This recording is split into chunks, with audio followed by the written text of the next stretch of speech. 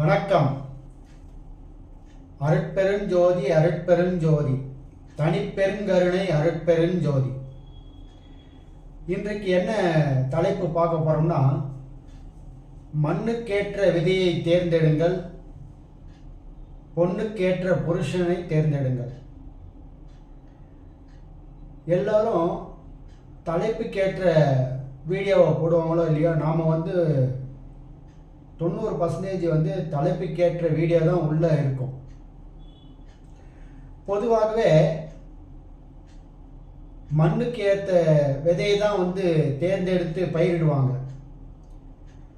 நாம் வாழக்கூடிய இந்த பகுதியில் என்ன விளைநிலங்கள் விளையுமோ அதற்கு ஏற்ற இந்த மண்ணுக்கு ஏற்ற மாதிரி தான் நம்ம பயிரிடுவோம்.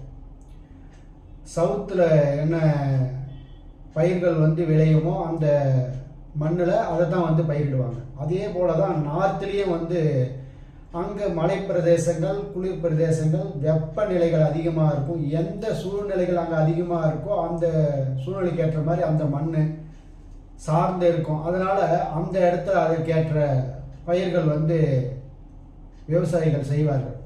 அதனால தான் இந்த வாசகத்தை நம்ம இது உள்ள வச்சோம். அப்போ மண்ணுக்கு ஏற்ற விதையை தான் போடுவாங்களே கண்டி விதைக்கு ஏற்ற மண்ணை நாம் எடுத்துக்கிட்டு போக முடியாது. ஒரு விதை வச்சுருக்கேன், அது ஒரு வீட்டில் வச்சு வளர்த்துடலாம். ஒரு ரோஜா செடி வேணும், ஒரு சின்னதாக ஒரு செடி வளர்க்க போகிறேன், அதுக்கு தனியாக ஒரு பாட்டில் மண் எடுத்துக்கிட்டு வச்சு வளர்த்து அதை செடியாக்கலாம். அதே நம்ம நிறைய கொள்ளளவு கொண்ட விவசாயமாகவோ ஒரு பயிர் முதலீடாகவோ செய்ய முடியாது. அப்போ என்ன பண்ணணும், அந்த மண் என்ன விளையுதோ அப்படின்றதுக்காக தான் நிறைய விவசாயிகள் மண்ணை எடுத்துக்கிட்டு போய் செக் பண்ணுவாங்க. இந்த மண்ணுக்கு எந்த விதையை போட்டு பயிரிட்டால் வெள்ளாமை அதிகமாக கொடுக்கும் அப்படின்றது தான் நிலக்கிழார்கள் என்று சொல்லக்கூடிய 20 ஏக்கர் 30 ஏக்கர் 25 வேலி 50 வேலி வச்சுருவோங்க. முதல்ல மண்ணை எடுத்துக்கிட்டு போய் அவங்களுடைய விவசாய பண்ணைக்கு எடுத்துகிட்டு போயிட்டு மண்ணை செக் பண்ணுவாங்க. இதில் என்னென்ன சத்து இருக்குது, இதில் என்னென்ன விதைகள் போட்டால் நல்லா வெள்ளாமை கொடுக்கும் அப்படின்னு. எப்படி ஒரு விவசாயி மண்ணுக்கு ஏற்ற விதையோ அந்த நிலத்துக்கு ஏற்ற விதையை விளைச்சி அந்த வெள்ளாமை எடுத்து அதன் மூலியமாக மகசூலை எடுத்து தானும் பயனடைஞ்சு இந்த பிரபஞ்சத்துக்கும் பயன்பெறக்கூடிய அளவுக்கு பொருள்களை வாரி வழங்கி கொண்டிருக்கிறாரோ, அதுபோல ஒரு திருமண பந்தத்தில், ஒரு இல்லற வாழ்க்கையில், ஒரு அந்தர வாழ்க்கையில், அந்த மகிழ்ச்சிகரமான வாழ்க்கைக்கு உள்ள நுழையும் பொழுது அந்த பொண்ணுக்கு ஏற்ற வரனை தான் நம்ம பார்க்கணும். பழங்காலத்திலிருந்து இன்றைய காலம் வரைக்கும், இன்னும் பல நூற்றாண்டுகள் கழித்து 1000 ஆண்டுகள் கழித்தாலும் அந்த பொண்ணுக்கு ஏற்ற வரனை தான் நம்ம பார்க்கணும். வரனுக்கு ஏற்ற வது பார்க்கறதா எங்கேயும் சரித்திரத்தில் கிடையாது. ஏன் அப்படி அந்த அமைப்பு இருக்கு அப்படின்னா, இறைவனுடைய 6 வகுத்த அருட்பெருஞ்சோதியினுடைய டிசைன் அப்படி தான் இருக்கு.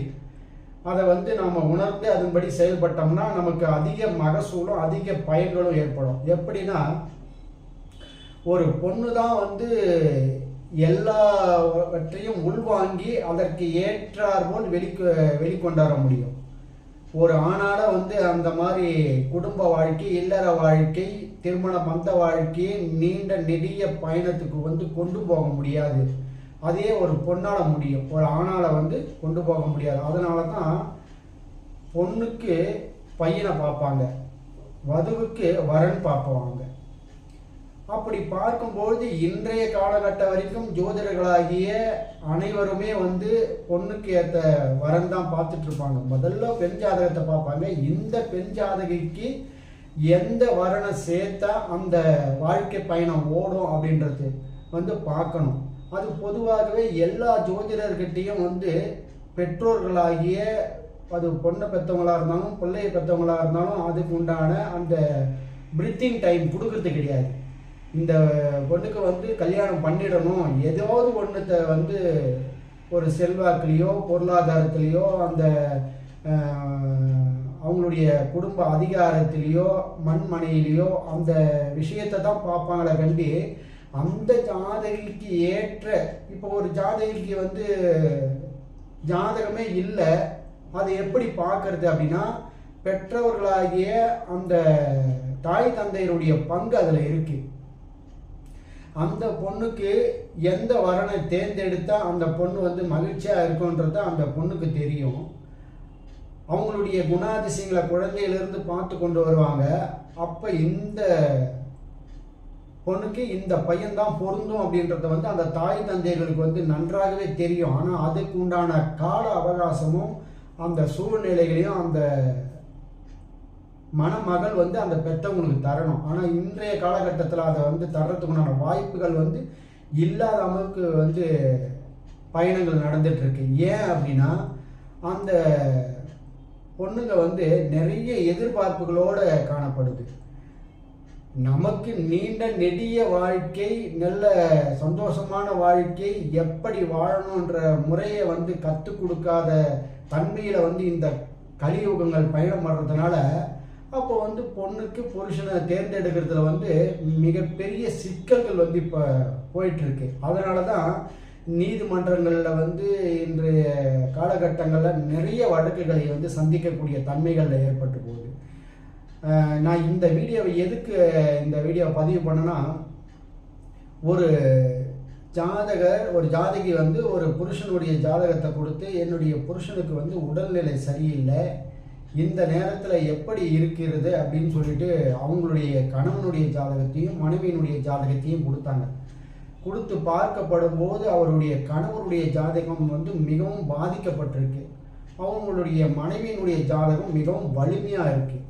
அந்த மனைவியினுடைய ஜாதகம் அவருடைய கணவருடைய வாழ்க்கையை வழிநடத்தி போகுதுன்றது தான் 100% நம்ம வந்து அந்த ஜாதகத்தில் பார்த்தோம். அப்போ வந்து இந்த வாழ்க்கை எப்படி அதில் பயணப்பட்டு போகுதுன்னா, அந்த ஜாதகி அந்த ஜாதகனை வழிநடத்தி கொண்டு வாழ்ந்து கொண்டிருக்கிறார்ன்றதை நம்ம அந்த ஜாதகத்தில் பார்த்தோம்.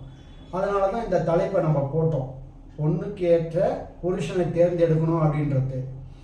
அப்போ இந்த ஜாதகி நீண்ட நெடிய காலத்திற்கு பூவும் பொட்டுமா புருஷனோடு வாழணும் என்ற அந்த ஜாதக கட்டத்தில் இருந்ததுன்னா, ஜாதகத்தினுடைய தன்மைகள் வந்து குறைந்த அளவு இருந்த ஆண்மகனும் அந்த ஜாதகியோடு வாழக்கூடிய தன்மையை பொருந்தி போகுதுன்றத வந்து ஒரு சில ஜாதக அமைப்பில் வந்து நம்ம பார்க்குறோம் கண்கூட.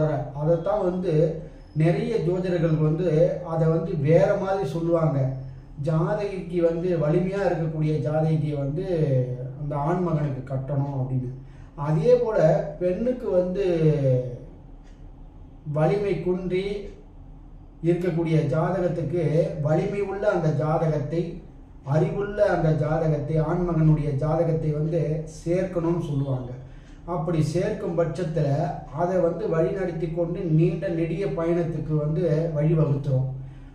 அப்போ எப்படி வந்து ஒரு மண்ணுக்கு விதையை தேர்ந்தெடுக்கிறோமோ அதேமாரி ஒரு பொண்ணுக்கு புருஷனை தேர்ந்தெடுக்கக்கூடிய காலகட்டத்தில் வந்து இன்றைய கலியுகம் வந்து மிக அருமையாக பயணம் பண்ணுது. இதை வந்து உதாரணமாக வந்து ஒரு அமைப்பு, ஒரு ஆணோட ஜாதகம், ஒரு பெண்ணோட ஜாதகமும் ஒரு ஆணோட ஜாதகமும் வந்து நம்ம வரைஞ்சிருக்கிறோம். ஆனால் எம்டியாக போட்டிருக்கோம். இது ஏன் அப்படின்னா, பொதுவாக எந்த ஜாதகத்தையும் கொடுத்து விளக்கக்கூடிய அமைப்பில் நாம் இல்லை, சொல்லவும் முடியாது. ஆனால் இறைவன் வள்ளல் பெருமானுடைய ஜாதகத்தை நம்ம வந்து ஒரு சின்ன ஒரு உதாரணமாக எடுத்துக்கலாம். அவருடைய ஜாதக அமைப்பில் திருமணமாகி அவருடைய மனைவியோடு சில காலங்கள் வாழ்ந்து கொண்டிருக்கிறார்.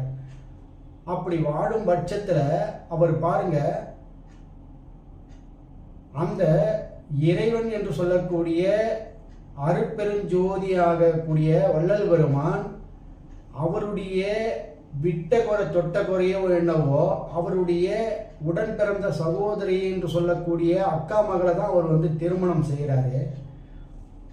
ஆனால் திருமணம் செய்தாலும் அவருடைய ஆன்மீக வாழ்க்கைக்கு, அவருடைய அந்த இறைவனுடைய அடையக்கூடிய வாழ்க்கைக்கு அந்த மனைவியாகப்பட்டவர் எந்த விதத்திலையும் ஒரு கடுவளவு கூட வந்து தடை விதிக்காமல் அவருடைய இஷ்டத்துக்கே வாழக்கூடிய தன்மைக்கு இணைந்து அவங்க கூட பயணம் பண்ணக்கூடிய தன்மையில் அவருக்கு வந்து மனைவி அமைகிறாங்க.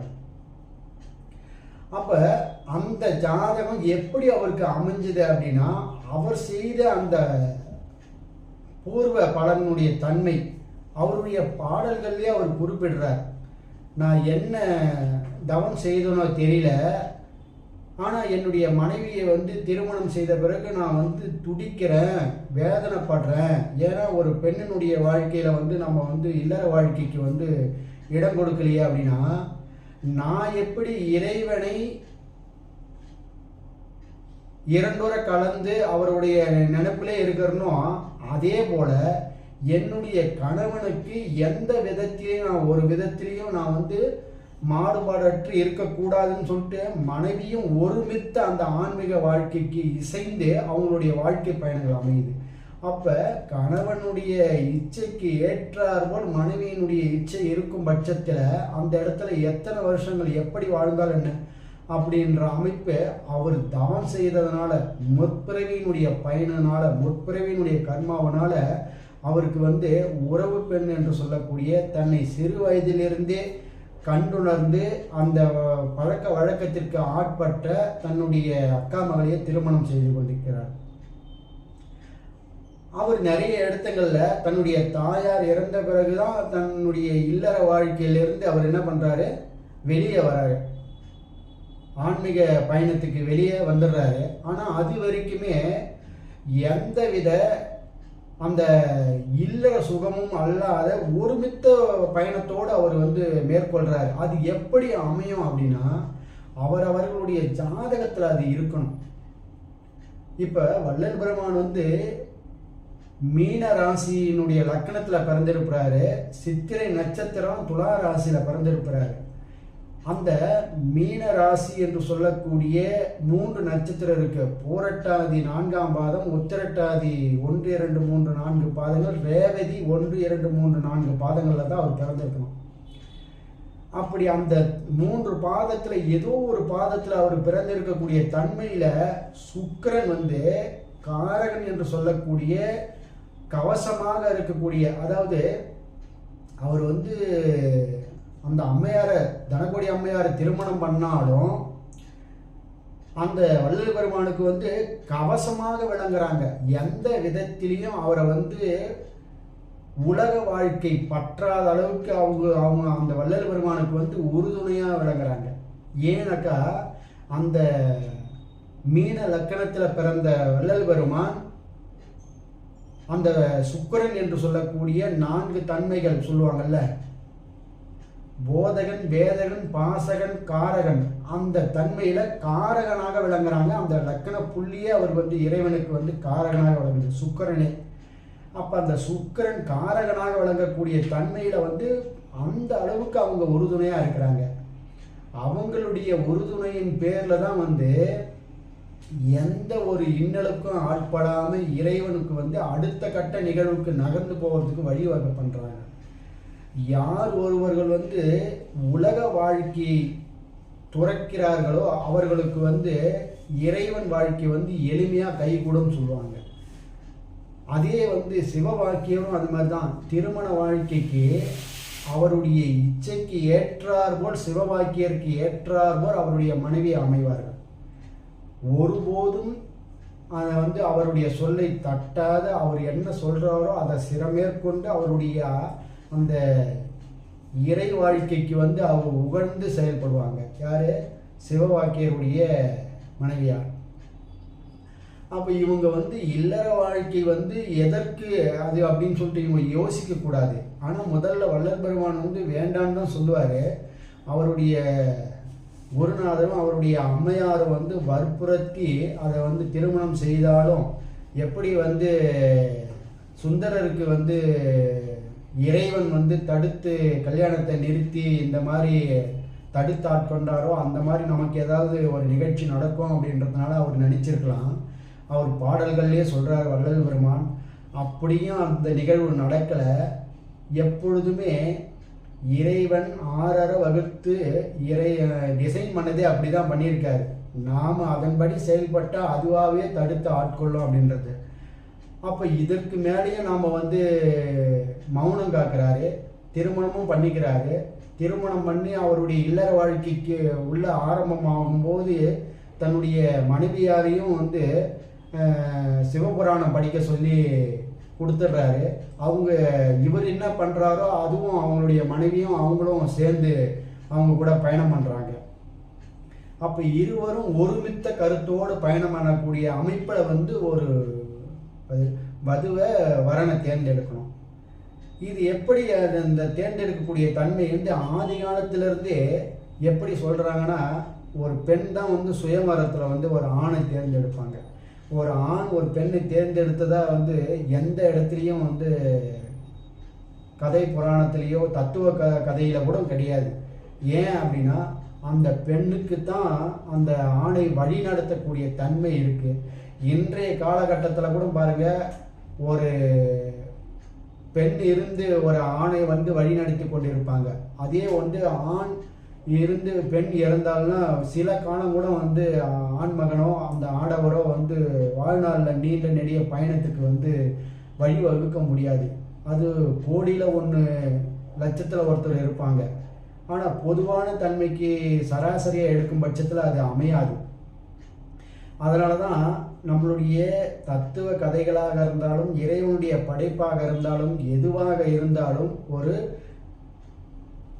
மண்ணுக்கு விதையை தேர்ந்தெடுப்பது போல் ஒரு பொண்ணுக்கு புருஷனை தேர்ந்தெடுக்கக்கூடிய தன்மை அந்த பெண்ணுக்கே இருக்குதுன்றதுனால உங்களுடைய பெண்ணுக்கு வந்து எந்த அளவுக்கு ஜாதகம் இருக்கு, எந்த லக்கணத்தில் பிறந்திருக்கு, அந்த கிரகங்களுடைய தன்மைகள் எப்படி இருக்கு, அந்த பெண்ணினுடைய கிரகத்திற்கு ஏற்றார் போல் அவளுடைய வாழ்க்கை எப்படி இருக்கும், அவர்களுடைய இல்லற வாழ்க்கை, அந்தரங்க வாழ்க்கை, அவளுடைய அடுத்து வரும் தசாபுத்திகள், அவர்கள் எந்த தசாபுத்தியில் பிறந்திருக்கிறாங்க, இதையெல்லாம் கணக்கிட்டு இந்த பெண்மகள் எந்த வரனை சேர்த்தால் அந்த ஜாதகி அந்த வாழ்க்கை பயணத்தோடு பயணம் பண்ணுவார்ன்றத வந்து நம்ம ஆராய்ந்து அறிந்து அதில் தான் வந்து நம்ம சேர்க்கப்பட வேண்டும். அப்படி சேர்த்தாதான் அவங்க 2 பேருக்கும் சேர்ந்து ஒரு வாரிசு உருவாகும்ல, அந்த வாரிசு அவர்களுடைய வாழ்க்கை வந்து நல்லா இருக்கும். இல்லை என்றால் இவங்களுடைய வாழ்க்கையே கேள்விக்குறியாக மாறிடும். அதில் தான் வந்து மற்ற விதத்தில் வந்து ஒரு ஜாதகி எந்த தன்மையில் இருக்கிறாங்க, ஒரு ஜாதகம் எந்த தன்மையில் இருக்கிறாங்கன்றத முதல்ல ஆராய்ந்து அதற்கு ஏற்றார் போல் உங்களுடைய வரணியோ வதுவியோ தேர்ந்தெடுத்து அதை வாழ்க்கை பயணத்தில் வழிநடத்தும் போது சிறப்பாக இருக்கும். அதுவே வந்து எதையுமே பார்க்க மாட்டேங்க அப்படின்னு சொல்லிட்டு போனோம்னா அப்போ எது வந்தாலும் அதனுடைய பிரதிபலனை அவர்களே அனுபவிக்கக்கூடிய தன்மைக்கு வந்து ஆளாக நேரிடும்ன்றத வந்து நம்ம மட்டும் கிடையாது, இன்றைய காலகட்டங்களில் எத்தனையோ பேர்கள் அப்படி வாழ்ந்து கொண்டிருக்கிறார்கள்ன்றத வந்து அதுக்கே உதாரணம் ஆகிடும். அதனால தான் வள்ளல் பெருமான் வந்து சாதியும் மதமும் சமயமும் பொய்யென ஆதியில் உணர்த்திய அருட்பெருஞ்சோதின்னு சொல்லுவார். இந்த சாதி சமயம் மதம் இது எல்லாம் பொய்ன்னு சொல்லிட்டு அவருக்கு வந்து தெரிஞ்சிடுச்சு. ஆனால் அந்த ஆதியில் இருக்கக்கூடிய அந்த அருட்பெருஞ்சோதியை அடையிறதுக்கு அவருடைய மனைவியே அவங்களுக்கு வந்து உறுதுணையாக இருந்தாங்க அப்படின்னா அதில் எவ்வளோ பெரிய பங்கு இருக்குது அப்படின்றத வந்து நீங்கள் நிதர்சனமாக உணரணும். அது கணவனுக்கு மட்டும் கிடையாதுங்க, ஒரு பெண் அவருடைய வாரிசுகளுக்கும் அதுதான் வந்து சார்ந்து இருக்கும். எப்பொழுதுமே ஒரு ஜாதகன் பிறந்தா, நான் எப்பயுமே அதை தான் சொல்லுவேன், ஒரு ஜாதகன் பிறந்தா அந்த ஜாதகனுடைய தாய் அந்த ஜாதகனுடைய தந்தை அந்த ஜாதகத்தில் எப்படி இருக்கிறாங்க, அந்த தாய் தந்தையரை சார்ந்து அந்த குழந்தை கல்வி எப்படி வந்து பயிலுது, அடுத்த கட்டத்தில் தொழில் எப்படி வந்து அமைச்சிக்குது, அதுக்கு அடுத்த கட்டத்தில் தன்னுடைய வரன் வதுவை எப்படி வந்து அது அமைச்சிக்குது அப்படின்றத அந்த ஒரு ஜாதகத்தில் பார்க்கலாம். அது எப்படி பார்க்க முடியும் அப்படின்னா அவர்களுடைய லக்கண புள்ளியும் அவருடைய சூரியனோட புள்ளியும் அவருடைய சந்திரனோட புள்ளியும் இதையெல்லாம் வழிநடத்தக்கூடிய அந்த ராகு கேதுக்களுடைய புள்ளிகள் எப்படி இருக்குது அப்படின்றத வந்து நம்ம பார்க்கும் பட்சத்தில் அதி அற்புதமாக வந்து உங்களுக்கு வந்து உறுதியாக சொல்லலாம். அப்போ வந்து ஒரு பெண் வந்து சாதாரண விஷயமா நம்ம நினைக்கக்கூடாது. அதனால தான் வந்து ஒரு பெண்ணை வந்து எப்படிலாம் வளர்க்கணும், அதுக்கு அடிப்படையான கல்வி, அதுக்கு அடிப்படையான பழக்க வழக்கங்கள், அடிப்படையான வந்து வாழ்க்கை தத்துவங்களை வந்து கண்டிப்பாக போதிச்சு வளர்க்கக்கூடிய தன்மைக்கு வந்து பெற்றோர்கள் வந்து அதனுடைய கடமையில் இருக்கிறாங்க அப்படின்றத வந்து நம்ம நிதர்சனமாக உணரணும். சர்வசாதாரணமாக இன்றைக்கு வந்து பிள்ளைகளை பெற்றோமா அதை நாளொரு மணி பொழுதொரு வண்ணமாக அதுவாக வளர்ந்துக்குதுங்க, அதுவாக படிச்சுக்குதுங்க அப்படின்றத விட அவர் தாய் தந்தையினுடைய முக்கிய பங்கு இங்கே எங்கே இருக்குதுன்றத வந்து நம்ம உணரணும். சரி, தாய் தந்தையினுடைய முயற்சியிலேயே குழந்தைங்க வளர்ந்துருமா, அவங்க சொல்கிறத எல்லாம் கேட்டு அவங்களபடி நடப்பாங்களா அப்படின்னா, அவர்களுடைய பிறப்பினுடைய ரகசியம் வந்து அந்த ஜாதகத்தை அது சொல்லும். அது தாய் தந்தையருடைய சொல்படி கேட்குமா கேட்காதா அப்படின்றதையும் அந்த ஜாதகம் சொல்லும். அதனால தான் வந்து ஆதி காலத்தில் வந்து பொண்ணுக்கு ஏற்ற வரனை வந்து தேர்ந்தெடுத்தாங்க. இப்போ ஒரு ஜாதகம் ஒரு வாரத்துக்கு முன்னாடி ஒரு பொருத்தம் பார்த்தேன். எது பொருந்தாதோ அந்த ஜாதகத்தை எடுத்துக்கிட்டு வந்து சரியா இந்த வரன் வந்து இந்த ஜாதகைக்கு என்னுடைய மகனுக்கு பொருந்துமா அப்படின்னு சொல்லிட்டு கேட்டாங்க. ஏன்னாக்கா நாங்கள் வந்து 7-8 வருஷமாக பார்த்துட்ருக்கோம். 200-300 ஜாதகத்துக்கு மேலே வந்து என்னுடைய பையனுக்கு பார்த்துட்டோம். பட் ஆனால் எதுவுமே பொருந்தி வரல. இந்த ஜாதகம் மட்டும் அழுத்தம் திருத்தமாக எங்களுக்கு அழுத்தம் கொடுக்குறாங்க அப்படின்னா பாருங்க, எதை பொருத்தக்கூடாதோ அந்த ஜாதகம் தான் இவங்களுக்கு பொருந்தி வர மாதிரி அழுத்தம் கொடுத்து அந்த திருமணத்தை முன்னெடுத்து நடத்துகிறாங்க. ஆனால் நாம் அதை பார்த்த உடனே சொன்னோம், உங்களுடைய பையனுடைய வாழ்க்கை இப்படிலாம் இருக்கா அப்படின்னு கேட்டோம். ஆமாங்க, இப்படிலாம் இருக்கான் பையன் அப்படின்னு. இத்தனை வருஷமாக தேடிட்டு இருக்கீங்களா அப்படின்னா, ஆமாங்க தேடிட்டு இருக்கேங்க அப்படின்னு.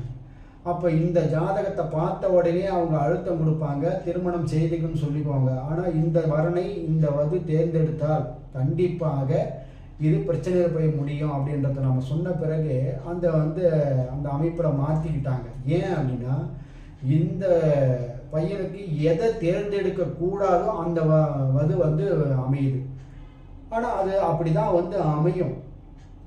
இந்த காலகட்டத்தில் பசங்களை வந்து மொபைல் பார்க்காதீங்க அப்படின்னா பார்க்காத இருப்பாங்களா?